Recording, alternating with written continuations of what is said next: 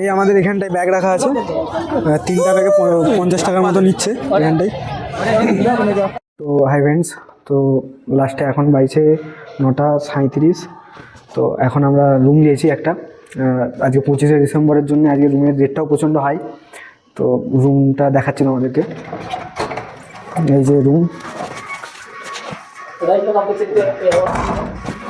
এটা রুম। এখানে wifi, TV, সব ইউটিউব, ওয়াইফাই ফ্রিজ, এটা পুরো রুম।